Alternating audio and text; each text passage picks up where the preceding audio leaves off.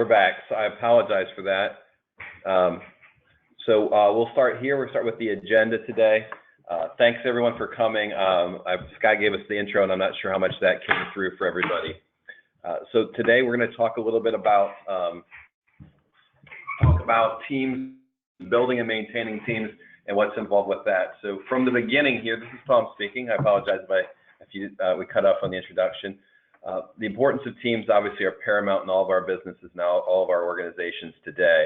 So we're going to talk about kind of 3 stages of what we consider the team building process. And then we're also going to talk a little bit about some of the best practices and key takeaways along the way. So why don't we start with setting the foundation? So as we look at this approach, almost everything that we do, I'm a little bit of a Stephen Covey junkie, as they say, always begin with the end in mind. So during today's presentation, as we talk about team building and teamwork, the end product is what's going to drive kind of the process and the actions that we take along the way. So with that in mind, we always have to start with what are our goals? What's the alignment? Where are we headed? So today, when you're building project teams and you're looking at where you want to go as a team and as an individual within those teams, you need to identify for the project team what the company's core mission is. That way you can get alignment between the project and the company for that.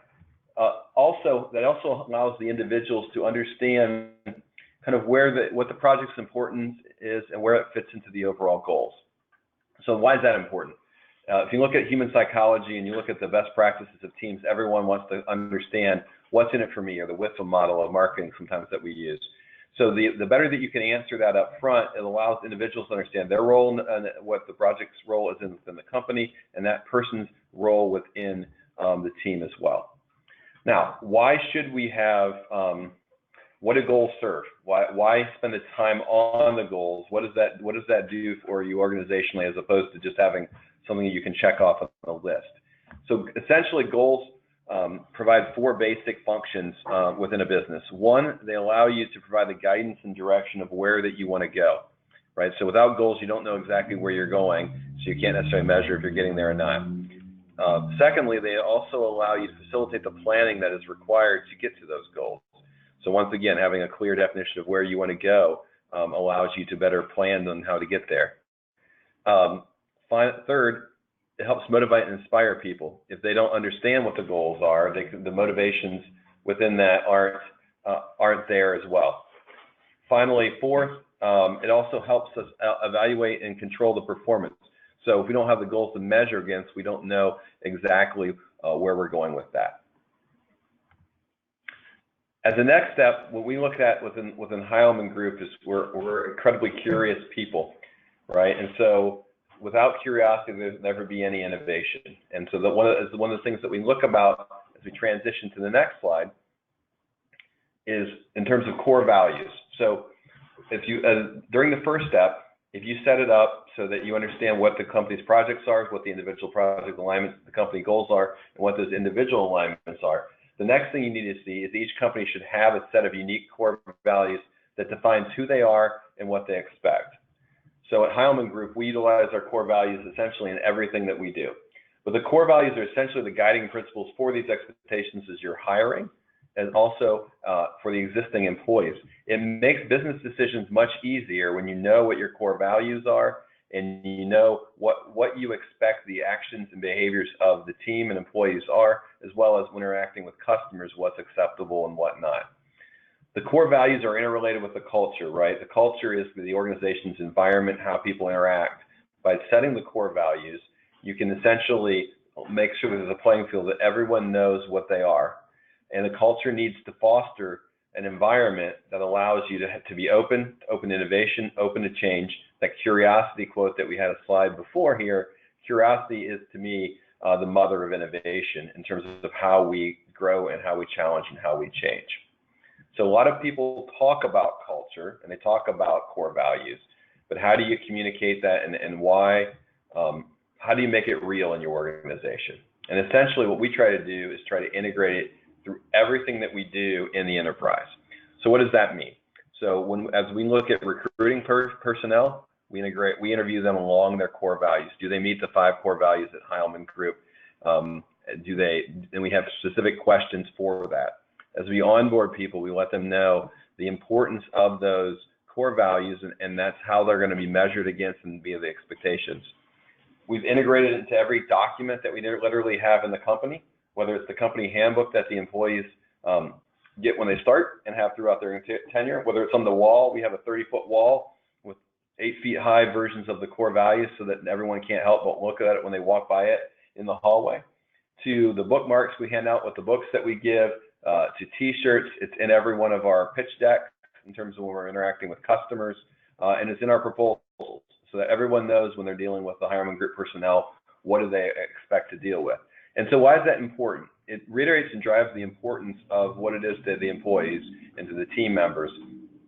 Because if they're measured by that, if everyone knows what they're measured by, that gives a area of transparency and trust. And it also just allows everyone to know exactly what the expectations are. We've also integrated it into our periodic performance reviews, our recognition, and our reward programs within our company, and also as well as considerations for you all. So by holding people accountable to that, everyone, in my opinion, wants to know what they're being held accountable to. And if there's a scoreboard of what the measurements are and what those values are, then we can align the people and the projects that we're working on. So that's incredibly important to the teamwork aspects of building a team. So once you have a framework of setting a foundation, right? We know what our goals are. We know our core values in terms of what the expectations are. Then we need to determine what's necessary to meet these goals. So as part of the project, we talked about goals. Now we talk about the specific objectives, the specific scope. So within the scope, we want the team members to understand, to map their skill sets to the specific project needs. So whether it's a creative endeavor, whether it's a technical endeavor, whether it's a marketing project, or a cross-functional team, the team skills need to be mapped to the overall project scope and objectives. We believe at Hileman that talent's an abundant resource, but it needs to be nurtured and aligned, sometimes even discovered within the people that you have in your organization. You need to be able to choose team members with strong skills that enhance and support the current roles and the contribution to the project. But you also need to make sure that you have a good mix of people. There's hard skills, so technical skills, coding, testing, development, technical Photoshop skills, video skills, whatever those may be. But then there's also the soft skills, right? Communications, how well we work with others, empathy, compassion, understanding, in a marketing context, ability to put ourselves in our customer's shoes. Incredibly important soft skills. But what's also important is to make sure that you have a diversity of thought and mindset. Many times in organizations, and we try to guard against it at Hileman Group, is if you get a similar group of people who think similar things and act in similar ways, you tend to get similar results. And sometimes that's not always the best outcome on projects, because you want to have a diversity of thoughts so that you can have that mutual understanding and also develop better results by having diverse ideas that provide better solutions. When we think about teams, we often at Hileman Group talk about the 5 C's of leadership. So the things that if you're going to be a leader, and not everyone, it's not just the leader of the team, but it's also individual people leading in their own areas of subject matter expertise. It all starts with character. I think in the world that we see, a highly politicized world that we all live in, we understand the importance of character and the ability to trust the person to do the right things, even when it's not convenient or it may not be easy. And so character to me is always the start of what we expect from everyone and who's taking leadership positions in the projects. Of course, everyone needs to be competent. I think that goes without saying. You want to have skilled people who know the subject matter and know how to do what they're tasked to do. Compassion, I think that's one of the most underrepresented things in our world. The ability to have empathy for other people and caring as much about others as you do about ourselves. We've seen that, and it's easy to fall in the trap of self-centeredness and thinking about every project or every task that you do about either what's important for me, what's in it for me. We referenced that earlier. From a communications perspective, it's important that people know that, but we also need people who can project outside themselves and have an outside mindset versus an inside mindset. Arbinger has an excellent book about that topic. Catalysts. this is something that I feel very passionately about, moving obstacles to get things done, right? And I phrase this often with our teams is, what can we do versus what can't we do? And in life, we're not measured about what we can't do. We're measured about what we can do. And I think that's very timely given the Olympics and what all those folks are able to do versus what we may believe it's possible. And then finally, courage to speak the truth, right? It's not easy to stand up and address a difficult issue, whether it's a person, whether it's a technical issue, whether it's a business situation. The ability to have the courage as a leader to speak the truth and to accept those repercussions. One of my favorite quotes in life is the one that's on the screen right now.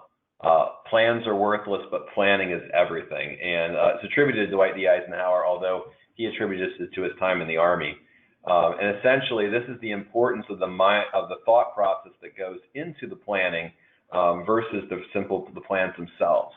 Everything, plans are essentially worthless the moment after they're complete from a perspective of the world changes, conditions change, market forces, all those things modify what the plans are able to do, but the thought that went into the planning is the vital part. The ability to have that flexible mindset, the ability to anticipate what the issues are going to be, and then be able to plan around those.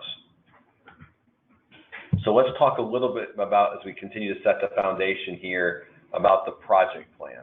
So we believe, and I believe specifically, that project plans shouldn't be developed by the master planner in the project management office or one specific project manager or account manager or whatever that may be. They should provide the input from the team, because the team has, in each of their mutual roles, has a great understanding of what the work is and what needs to be done with that. That gives us a couple things. One, I think it gives us the clearest path forward. Sometimes I talk about illuminating the path. A plan should illuminate the way to get to the goal, and also by having the team members input into that, there's better ownership of the overall project plan and the project itself, as opposed to when the project is built on high in the ivory tower or by someone else. There's more ownership, which is critical. Transparency is another critical aspect, right? One of the things that I think I've learned in business and building teams is the importance of constant communications, what you may even consider over communicating. There's a couple sides to communications. There's what is said and what is heard. And we'll talk about communications a little bit farther into the presentation, but the critical nature of communications, the more the team knows, the more that it's successful that we can be, because we can anticipate other areas and per se other issues. It also is important from the perspective of, we're extremely deadline and budget oriented at Hileman Group, and the ability to understand when there's going to be an issue that jeopardizes that, to communicate that earlier and allows us a better time to course correct within the project. And finally, if you have a plan that people agree to, you have a transparent organization, you have a group of people who are committed to core values and to working together in a harmonious way, people want to be held accountable. And while often many people think that no one wants to be accountable, I think actually the world is the opposite. I think that committed professionals who want to achieve in life, which I think is most of the people that we all on the phone work with, they want to be held accountable as long as they know what their clear role and responsibility is within that. So maintaining a clear chain of command, who's responsible for what, who's responsible for the schedule, set the milestones, make sure everyone knows exactly who's responsible for what parts, and then if there are questions or issues, where do they go? And I think if you do all those things, people won't shirk accountability. They'll embrace the accountability that we offer. All right, so we've set the foundation a bit, using the building a house analogy, as we often do. Now we're going to build the frame of the house a bit. So let's talk a little bit about, how do we measure success? So up front, we talked about the plans, the objectives, the core values, all the pieces that go into kind of pointing us in the direction that we want to go. So how do we now know that we're going to achieve those objectives? So it comes down to SMART goals.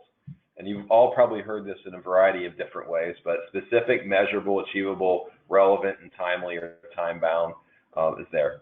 So the idea is, I want to lose weight is not a very good goal, right? I want to lose 20 pounds by June 30th this summer, right? So those are much more specific, much more measurable, much more achievable, and it's relevant. Now, the relevancy is often the one thing that sometimes gets lost. The goals have to be relevant to the overall project itself.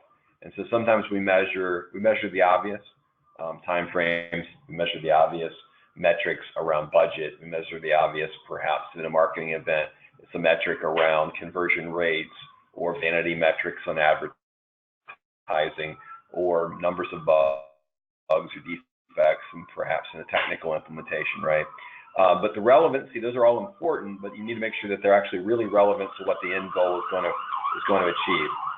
So the next step of taking those goals down is in the first step we talked about the objectives and mapping those to the company, and so everyone kind of understood how the project fit within the company. The next level down is measurement of success, actually at the individual level. So as we take that project plan and we execute the project plan so that each person knows what their explicit responsibility is for each goal. And then we have metrics around those so that they understand how they're going to be measured around that. And in organizations, many like the folks on the phone, where you have departments that roll up into perhaps business units that roll up in the overall organization, each area needs to understand what that departmental goals are and how they flow into that, as well as that company goal feeds into those pieces. So the image to the right is very apropos. Is the idea is getting everyone aligned in the same rowing the boat in the same direction, and then communicating how the individual activities build up to the overall goals. And I think goal alignment is an area that I think historically organizations and businesses have done a very poor job with. There tends to be good alignment at the top level goals where the company wants to go from high level metrics. And I think there's individual goals for the individual people. But we've often done a very poor job of managing individuals to departments to organizational units, and then organizational units to the entire organization as a whole. So I think that's a very important thing to consider as we go through this. Finally, setting due dates. Being deadline driven is incredibly important to continued motion. It's too easy to bog down when we have we'll get to it someday kind of things. That's why dates are incredibly important to continue to drive action. So the art of communication is the language of leadership. And I think this is one thing in my career that I very much undervalue communications when I started working about 20 years ago in terms of I thought that things were more self-evident. I thought that everything was pretty clear. And I thought when I told someone something that I communicated, and I learned very quickly that that's simply not the case. Communications has two sides, right? It has what is said, whether that's verbally, body language, tone, and it has what is heard. And I think the gap between what is said and what is heard is much larger than probably most of us want to believe out there. So the importance, when I mentioned earlier, the importance of the ability to map that understanding and continually repeat. I think that's one of the things I've learned over time is the importance to continually say that, because everyone's listening from their own context and they may not be hearing what we think we're saying, right? And so that you have to have trust. Trust bridges that gap, but the constant communication helps to continue to align that. So how do we communicate effectively? And I think this is a growing challenge in the world that we live in today. We have a bazillion television channels available to us, a Google world of all these different digital marketing channels that are out there. And we're inundated with thousands of brand messages a day, emails, texts, Slack channels,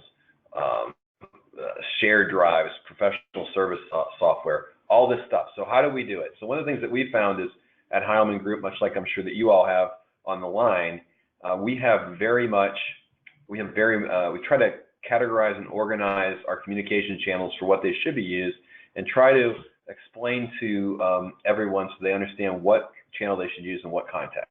So I think first and foremost, the most important communication channel ever is in person, whether that's whether that's you and I in the same room, whether that's us on a phone, or whether that's us video conferencing, Skype, whatever those technologies may be. All critical communications, and we have a rule at Hileman Group, all critical communications must be communicated in that order: person, phone, video. Simply, if we're delivering bad news, new issue, whatever it is, it needs to be delivered if it's critical in person, because it eliminates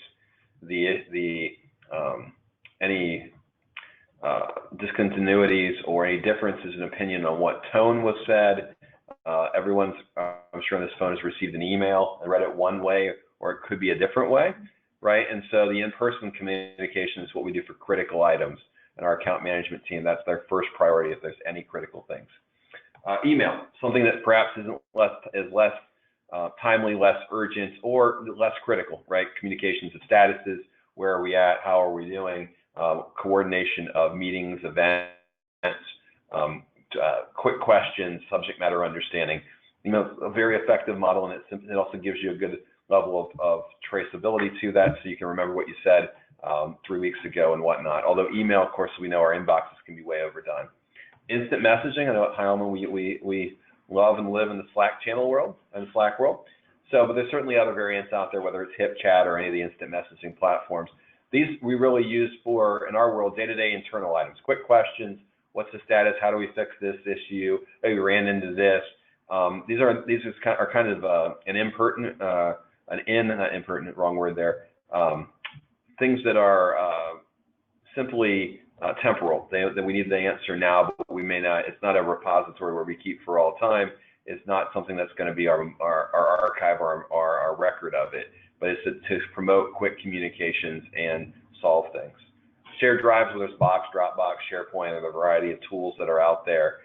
This is where we want to keep work products, deliverables, data, information, whatever it is, presentations, so that we have them in a managed place with document management around them, so we can keep track of those and we can make sure that we're delivering those in a timely manner and managing for backup and all those things. And then finally, probably the most sophisticated tool in the arsenal when it comes to project management. We call it, in our world, professional services automation. Other places would call it project management tools, but these manage project plans, track time, and resources. So in Hileman Group and the work that we do, which I think is similar to whether you're another agency serving other customers or serving internal customers at a traditional organization, the ability to have a project plan, to be able to see what time we're spending on it, who's allocated, and what all those resources are, is critical to that success. And finally, all these channels feed to kind of keep people on track, keep them aligned, keep the projects organized, and also hold people accountable to what they're supposed to do.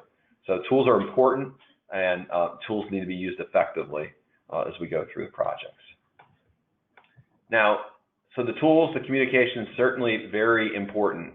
One of the things that Hileman Group that we've done is we've implemented strength finders for every single individual in the company and every new person. And the idea is we have great tools, we have a great plan, we have great core values, so we know what we're doing, we know what the plan is, we know who should be doing it. How do we know we're leveraging those people at their strengths? And there's a lot of research in this area of do you promote enhancing strengths, or do you promote filling your weaknesses? My inclination, and I think the data shows it as well, is that people are much better spending time in their areas of strength and driving on that than trying to fill weaknesses. Certainly there's a level of capability you need to have in your life, so something detracts from you that would say don't address that weakness. But if you look at the studies, 6 times more engaged in their roles when they're focusing on their strengths versus the weakness. Everyone works much faster in their areas of strength. If you're analytical, working in the analytical side. If you're creative, in the creative side, of course. So at Hileman Group, we map the 5 strengths from strength finders, and we put them on little plaques on our desk. And the idea is it helps each other when we're communicating to understand where we're coming from and what our strengths are. We also use that for a couple other reasons on projects, and I think it's particularly relevant here. One is we want to have a group of people on those projects that are diverse. So one of mine is achiever and strategic.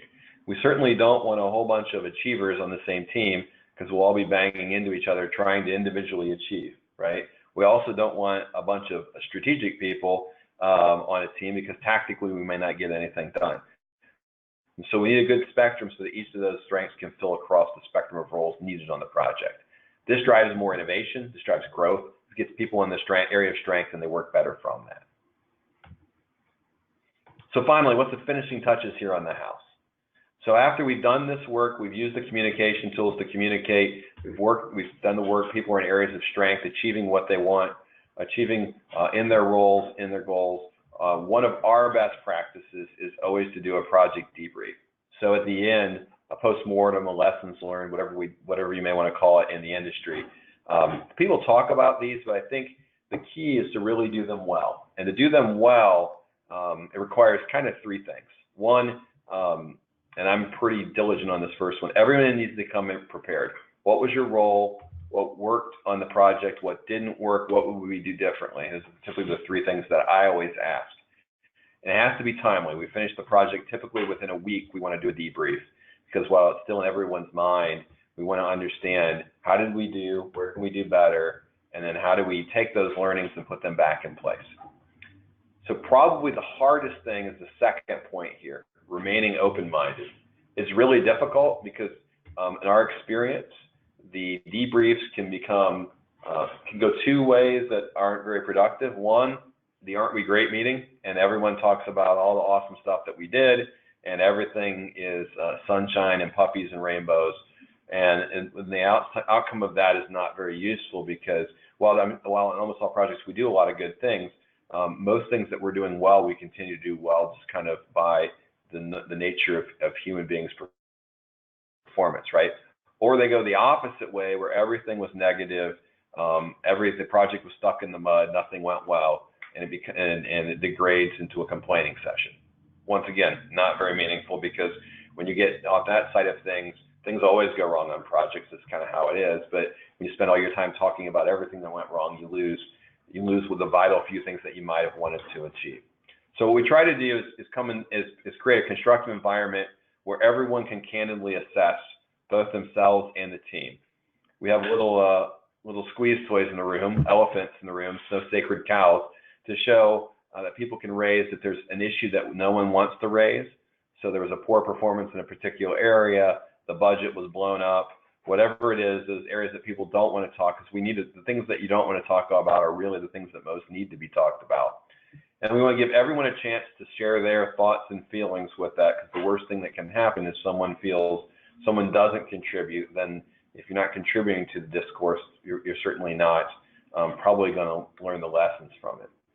I always challenge people what I call be intellectually honest. If you try to stand outside yourself and evaluate your own performance, how did you really do, and what was the real results? And finally, take those deliverables. We have a moderator, typically someone who wasn't involved in the project, with maybe some outside understanding of it. They moderate, they keep the meeting moving. They can also keep a neutral audience.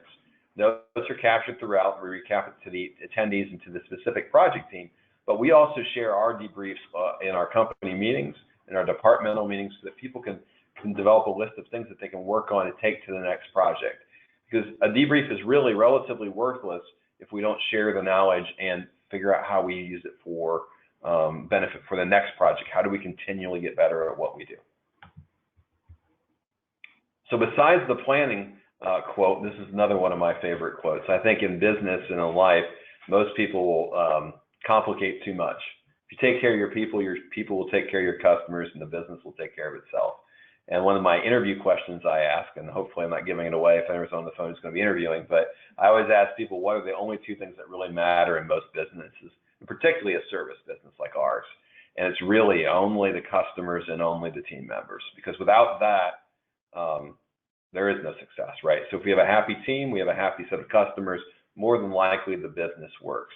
And we have a lot of whiz-bang tools and technologies, and we have a lot of knowledge that we're all learning and a lot of goals internally. And those things are all important, but what's vital is the relationship between the customers and the business and the team.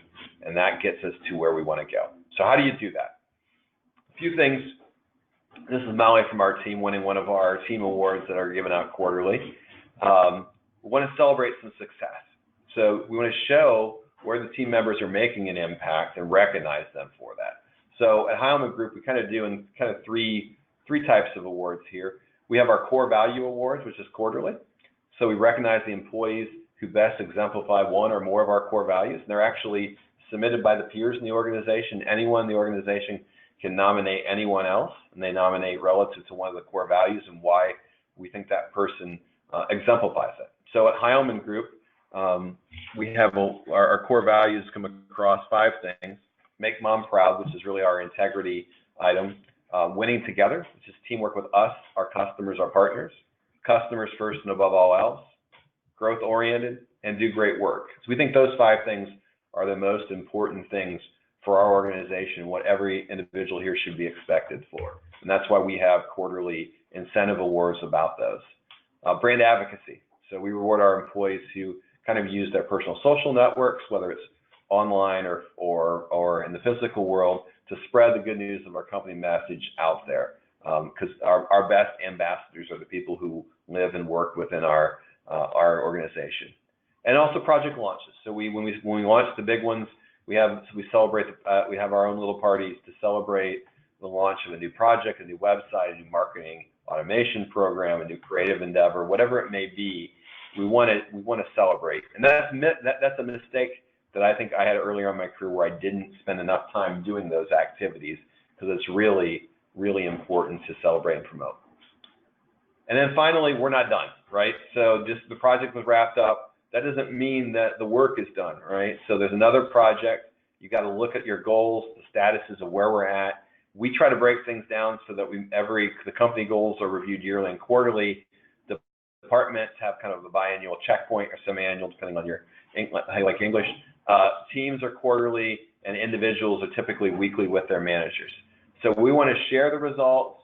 We want to test. We want to measure. Being in the world of digital marketing, it's all about optimization. And that's how we've designed our organization as well, to continue to test, take risks, make some mistakes, fix, and move forward and refine. And we also want to understand the why. Why did it happen is almost as important as what happened. From that, we can continue to set new goals, make them measurable, make them aligned to the company culture and to our overall objectives. And that gets us to where we want to be. So finally, kind of what are the key takeaways that we've had here? So I appreciate your patience with us during the technical difficulties, and hopefully I haven't went too quickly through it.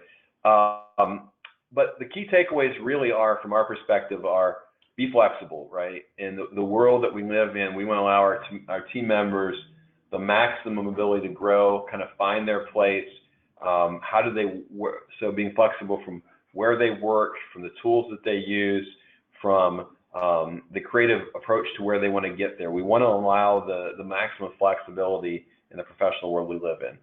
We also want to be transparent, and the transparency builds trust. And in our business and all of yours, I would argue that business is all about trust. Whether your customers trust you or not, whether your team members trust you, you can operate at a speed much faster when you have a high level of trust, and transparency drives that. Be open to new ideas. The people doing the work always have the best ideas on how to do it better. Trusting your teammates. We don't micromanage at Hileman. It's just not the way we want to be organized, but we do hold people accountable for that. And that's always a fine line to manage between micromanaging the details and trusting the outcomes. We push for collaboration. In our world, where we have marketing, creativity, and technology in a single organization, much like yours, collaboration is critical. There's different skill sets, different knowledge sets, and getting those people to work to produce the best results is always probably our toughest challenge, to be honest, in our company, and I would imagine in many of yours. One thing we're passionate about is investing in continuing education. So this is training for our folks, whether it be seminars, traditional classroom training, online training. We want people, as we mentioned, growth-oriented, who want to grow. If people don't want to grow, this is probably not the best organization for them. Because that's the nature of who we are and the world that we operate in. I imagine all of your businesses and organizations are in similar ways. And finally, we want to have meaningful recruiting internship programs, or something that we pride ourselves in building educational opportunities for potential new hires in the intern world. Our recruiting process is very diligent in understanding core values, so people know exactly what they're being expected of, because it's always a much better process to have a slower hiring process than it is a fast hiring process that people have all those expectations. And finally, I think we're going to jump to some questions that we have. I first want to thank you again for your patience with us and our GoToMeeting fun, but we appreciate that. And I think, Scott, you probably have been receiving some of those questions in through GoToMeeting, and let's see where we want to go from there. Yeah, thanks, Tom. Looks like we have a handful of questions that came in during the presentation. The first two kind of have to deal with core values here. So what made you come up with core values for Hileman Group?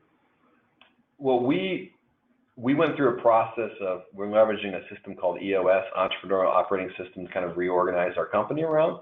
And one of the tenets there is core values. And I feel strongly, and I know Brett does as well, I think core values allows us to know, or allows us to set expectations well. And so we're passionate about it because I want anyone to be able to walk into a meeting room and know exactly what is expected of them.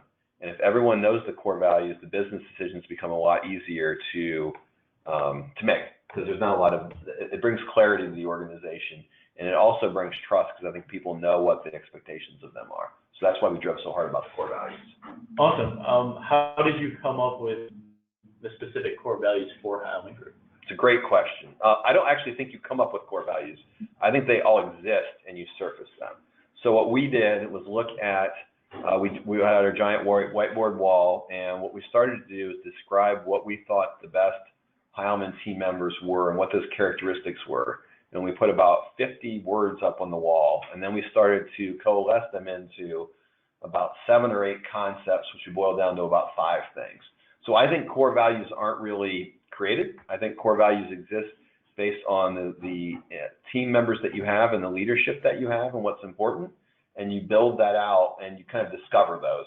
And then we, of course, worked on some clever ways to say them, like make mom proud and its integrity and different things, so they make them memorable. But I think they're really discovered, and almost every organization has a core set of core values, whether they document them or not. Okay, great. Looks like another question just came in. Do you have tips for effective onboarding of technical staff? Oh, that's a tough one. So the technical team, that's a great question. So we have a technical team led by Steve Snyder here. When we onboard with the technical team, we use the same approach. I think what's most important there is, obviously there's a skill set and subject matter, and as a former software developer myself, I live and love the technical world. I think often one of the things that we try to do here is reorient people that the technical skills are incredibly important, and most developers, BA, QA folks, measure themselves based on their technical skills and aptitude and certifications, and those are really important. But we try to focus on the soft skills, because the technical team has to work with our marketing team, our account management team, our creative team, and I think we spend most of our time in the onboarding talking about soft skills. And interestingly enough, in our strength finders, many of the strengths that they have, obviously there's typically a high analytic component to it, there's typically a high achievement component to our developers and our technical team, but we also focused on the aspects of their strengths that are either creative, so we found a very high degree of creativity, not necessarily video or Photoshop or visual design, but creative problem solving, and then communications. And so we spend a lot of time talking about communications, how to better do that, how to interact well, how to understand the other folks in the organization and their strengths. So it's a very difficult, because technical folks, and certainly not stereotyping here because I was one, they certainly have a very analytic mindset and a way to solve problems given the nature of their subject matter. So that's typically how we approach it, trying to round out all the skills. Great. What are some obstacles or pitfalls to building a strong team?